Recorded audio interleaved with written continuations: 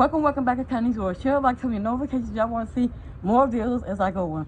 Share to the doctors and nurses, the nurses for the front. Share to the people who work on cars, you sell the cars.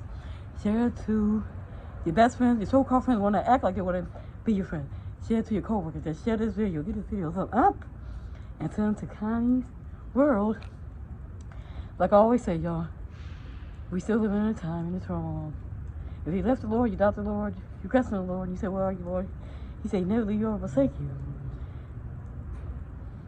When you see someone homeless, don't judge them where they look.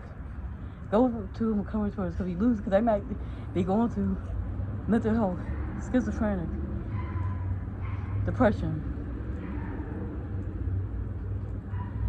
grief. They might be going to them with cancer, diabetes, kidney failure, heart failure. So many different diseases in the world is going on in the world. So go to them and encourage his words.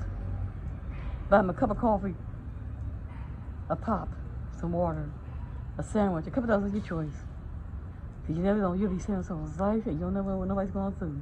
And like my mother used to always say, we'll walk away from the first person, but don't walk from the second. Because we engage you with who? Angel.